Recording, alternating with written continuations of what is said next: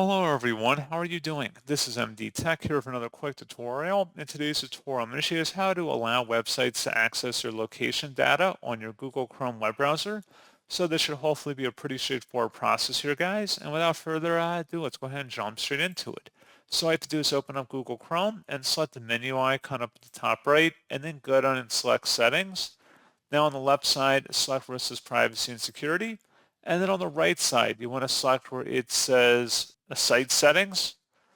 Underneath Permissions, select Location.